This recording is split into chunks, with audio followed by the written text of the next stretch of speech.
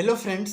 आज की इस वीडियो में हम एक महत्वपूर्ण विषय पर चर्चा करेंगे और वो चर्चा ये है कि जब एक व्यक्ति फाइनेंशियल फ्रीडम की जर्नी पर होता है तो उससे बहुत सी चैलेंजेस का सामना करना पड़ता है और उन्हीं चैलेंजेस में एक चैलेंज है कि वो फाइनेंशियल डिसीजन जब लेता है तो अक्सर ये देखा जाता है कि वह उस फाइनेंशियल डिसीजन को कॉन्फिडेंटली नहीं ले पाता है।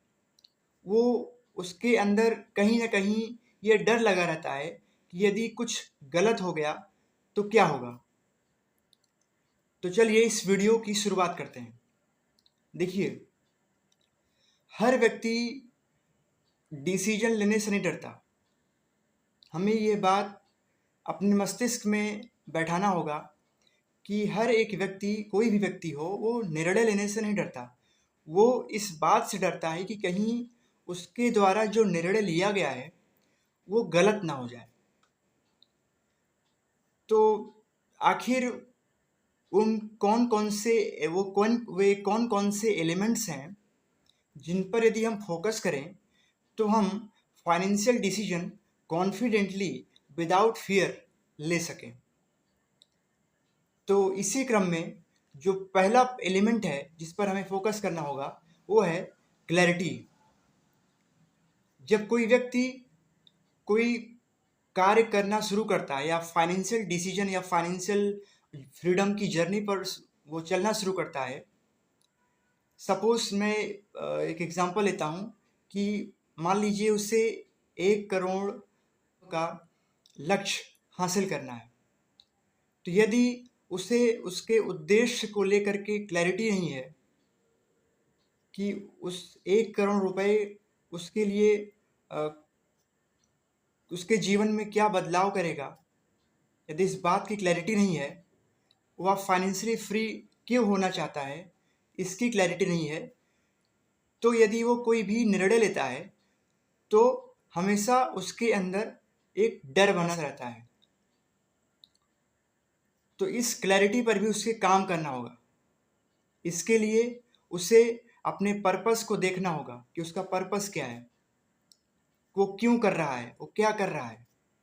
जब इस बात पर वो काम करेगा तभी उसे क्लैरिटी होगी कि वह क्यों कर रहा है। ये पहला पॉइंट हुआ। दूसरा पॉइंट, लैक ऑफ इंफॉर्मेशन।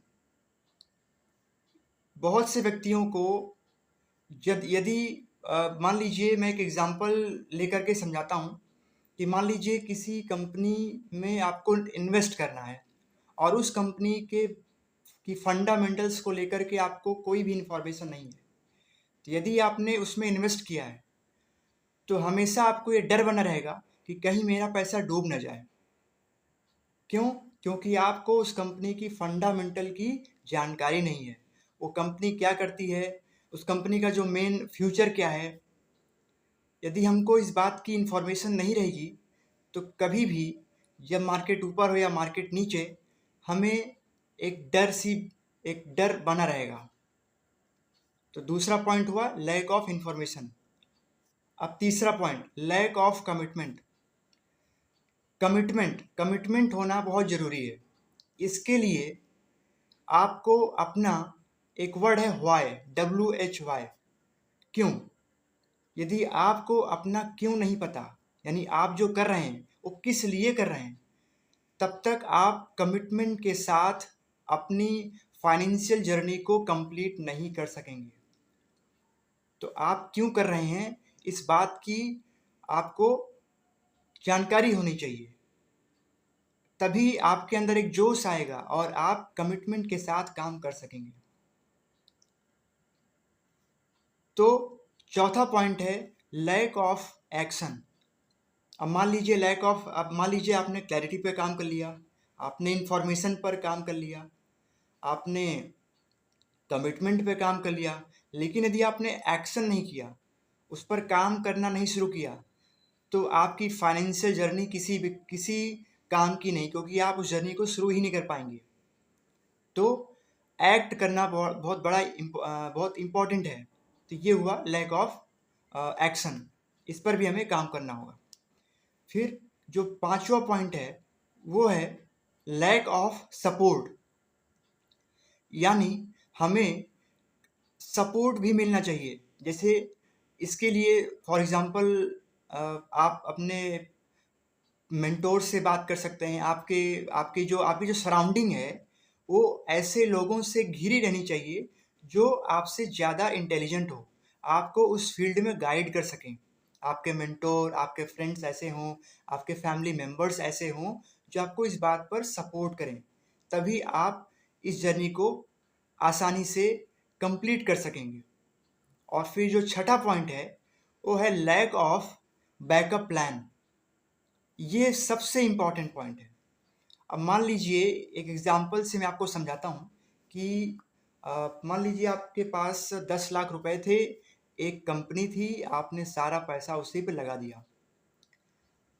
अब प्रॉब्लम ये हुई कि एक बार मार्केट क्रैश होता है, 50% मार्केट क्रैश हो जाता है, 50% आपकी जो इन्वेस्टमेंट थी वो कम हो गई, और अब वहाँ पे मान लीजिए लमसम करना हुआ या पैसे की कोई दूसरी ज़रूरत पड़ गई। अब क्या होगा? इसका मतलब कुछ पैसे आपकी इमरजेंसी फंड में होने चाहिए थे। इसका मतलब ये है कि हमारे पास बैकअप प्लान नहीं था। तो इस बात से हमें सीख मिलती है कि एक बैकअप प्लान होना चाहिए, ताकि हमारी इन्वेस्टमेंट की जर्नी में कोई बाधा ना उत्पन्न हो। तो इन अगर 6 पॉइंट्स पर काम किया गया तो पूर्ण रूप से ये आशा है कि आप उस फाइनेंशियल फ्रीडम की जर्नी को कंप्लीट कर सकेंगे। तो आशा करता हूँ कि आपने इस वीडियो से काफ़ी कुछ सीखा। तो मिलते हैं अगली वीडियो में।